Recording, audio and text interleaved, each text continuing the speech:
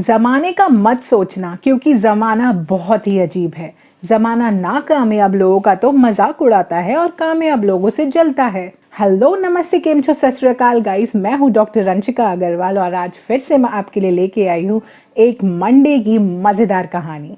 तो बने रहिए मेरे साथ, क्योंकि आई एम श्योर ये कहानी आपको जरूर इंस्पायर करेगी। और आप सबका स्वागत करती हूँ हमारे चैनल अंशी वाइब्स पे।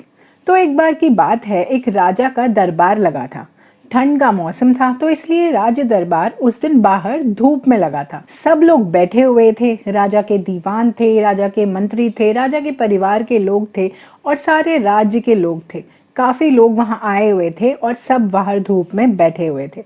तभी राजा साहब के आगे एक मेज रखवा दी गई थी।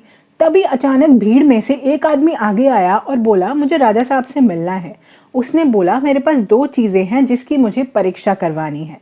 ये बात राजा तक पहुंचाई गई और राजा ने बोला, उसे आगे आने दो। तो उस व्यक्ति को राज्य दरबार में, जो कि खुले में लगा हुआ था, वहां आने की इजाजत दी गई।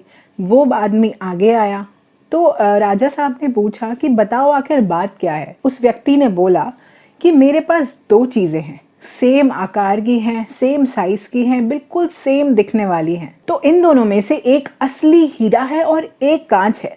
मैं अब तक बहुत राज्यों में गया हूँ, बहुत सारे राजाओं से मिला हूँ, पर अब तक कोई ये नहीं बता पाया कि असली हीरा कौन सा है और नकली हीरा कौन सा है। तो आपकी भी परीक्षा लेना चाहता हूँ, जानना चाहता हूँ कि आपके राज्य में क्या कोई इतना बुद्धिमान है जो ये परख सके कि असली हीरा कौन सा है और कांच कौन सा है। बस यही जानना चाहता हूँ। और अगर आपके राज्य से किसी ने ये बता दिया कि इसमें से असली हीरा कौन सा है, तो इस हीरे को आपके राज्य के दरबार में मैं जमा करवा दूंगा।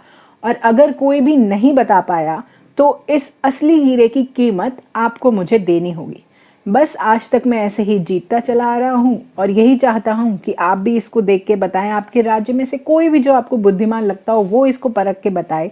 तो अब राजा साहब के सामने जो मेज थी उस पे इन दोनों चीजों को रखा गया। उसमें से एक असली हीरा था और एक कांच का टुकड़ा था, जो बिल्कुल देखने में बिल्कुल ही सिमिलर थे। तो धीरे धीरे एक एक को बुलाया गया। राजा साहब ने बोला, सारे मंत्री, सारे दीवान, सबको बुलाया जाए और सब बताएं। तो पहले कुछ देर तो लोग आए, उसके बाद लोग डरने लगे कि अगर राजा साहब हार गए तो दोष हम पे आएगा, वो फिर बाद में हमें सजा देंगे। तो इसलिए लोग आगे आने से घबरा रहे थे। राजा साहब को भी डर लगने लगा। उन्हें यह महसूस होने लगा कि कहीं वो हार ना जाए। उनको काफी ज्यादा चिंता हो गई थी। तभी उन्होंने एक घोषणा करवाई कि क्या कोई इतना बुद्धिमान है, क्या कोई असली और नकली हीरे की परख कर सकता है। तभी ना भीड़ में से एक अंधे बाबा सामने आए। उन्होंने बोला, मुझे राजा साहब से मिलने दिया जाए, मैं इसकी परख आसानी से कर पाऊंगा। तो ये बात राजा साहब तक पहुंचाई गई। उन्होंने उसको आने की अनुमति दी। अंधा बाबा सामने आया तो राजा साहब ने भी सोचा कि कोई मान नहीं रहा है, कोई आगे आ नहीं रहा है, कोई ढंग से बता नहीं पा रहा है, तो एक बार इसको भी चांस दिया जाए। तो वो अंधे बाबा आगे आए और अंधे बाबा ने 1 मिनट में बता दिया कि कौन सा असली हीरा है, कौन सा नकली हीरा है या कौन सा कांच है। सब लोग चौंक गए। सबको समझ नहीं आया कि इसने 1 मिनट में ये कैसे बता दिया।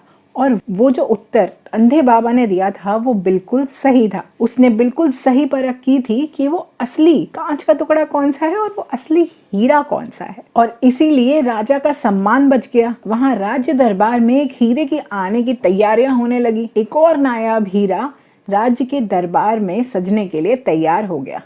सब लोग इसी तैयारियों में जुटे थे, पर राजा साहब यही सोच रहे थे कि आखिर ये कैसे हुआ।